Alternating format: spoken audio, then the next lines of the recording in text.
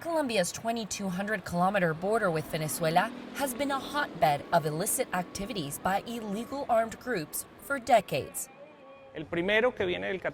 First, we are near some of the largest coca plantations in the world. Secondly, groups that are fighting over contraband routes across international borders and make money off of those that are using these illegal routes, and urban micro-trafficking in urban areas.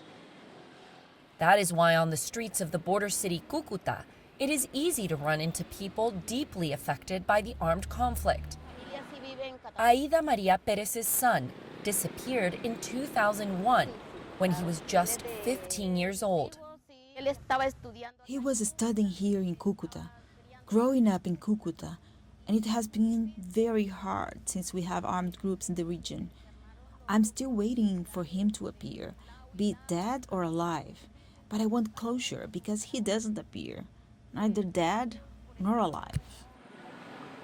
According to estimates published by the Colombian government's Truth Commission, more than 200,000 people have been forcibly disappeared since 1985 due to internal violence. Despite their suffering due to armed paramilitary groups and drug gangs, citizens we speak to in Cúcuta say they are not open to a U.S. intervention, as threatened by U.S. President Donald Trump. On January 4th, Trump threatened military action against Colombia's government, telling reporters such an operation, quote, sounded good. He accused Colombia's president of facilitating drug trafficking to the United States. If attacked by the U.S., Petro, a former leftist guerrilla, said, for the homeland, I would take up arms again.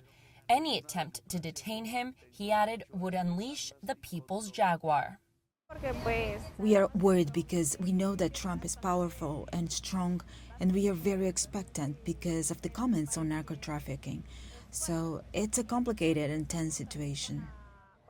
They should go after Colombian guerrillas like the ELN and FARC dissidents because they have control of the coca cultivation, the raw material for cocaine. But the US and Trump haven't gone after the drug traffickers in the US that are even bigger than those here. On Monday, Colombia's Ministry of the Interior and Justice Department sent a letter to the United States ratifying the country's commitment to cooperate with the U.S. in the fight against narco-trafficking in this region, and especially near the Colombian and Venezuelan border, a fight that needs the cooperation and commitment of both governments. Begue, CGTN, Cúcuta.